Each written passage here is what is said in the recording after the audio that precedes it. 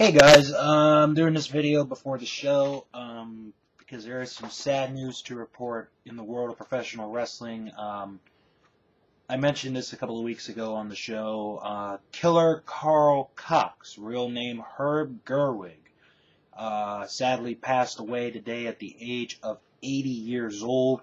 He had recently suffered a heart attack, a massive heart attack as a matter of fact. And he had a second heart attack this morning, which proved to be fatal, passing away at the age of 80. Now, I know a lot of us younger fans probably have never heard of Killer Karl Kox, or if we have heard of him, we never really got to see him. Killer Karl Kox was 6'1", 260 pounds, born April 26, 1931 in Baltimore, Maryland. Was a professional wrestler from 1956 to 1982, a 26-year wrestling career trained by Fred Bozak. Some of the promotions that he competed in during his 26-year career include various promotions throughout the NWA, All Japan Pro Wrestling, the International Wrestling Alliance, and the original World Championship Wrestling over in Australia. He, was such a big villain and was such a huge part, in the 60s and 70s during professional wrestling. Let's talk about the accomplishments, the championships that he won during his 26-year career. One-time co-holder of the International Tag Team titles, Central States Heavyweight Champion, co-holder of Central States Tag titles. Held the Florida version of the Brass Knuckles title 3 times, was a Florida Heavyweight Champion, 4-time co-holder of the United States Tag Team title in Florida. Held it once with Bobby Duncombe, held him once with Dick Slater, and held him twice with Jimmy Garvin.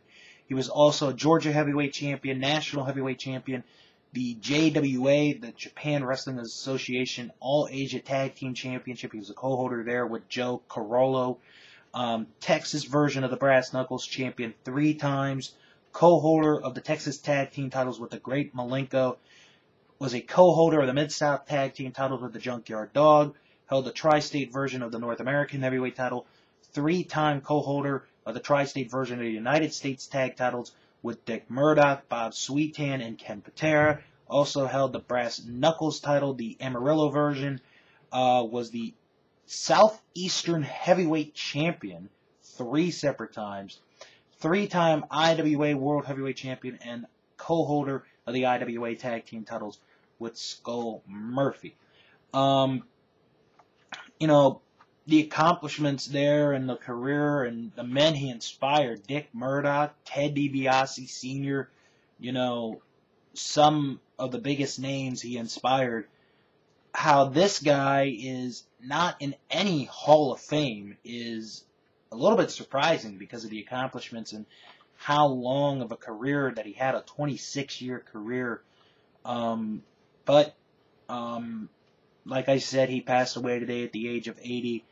My thoughts and prayers go out at this time to Killer Karl Kox's family and friends to help get through this difficult time that they're all going to be going through. Killer Karl Kox, a legend in this business, and someone who, like I said, if you look at the accomplishments, should be in the Hall of Fame of professional wrestling, in my opinion. Killer Karl Kox passed away today at the age of 80.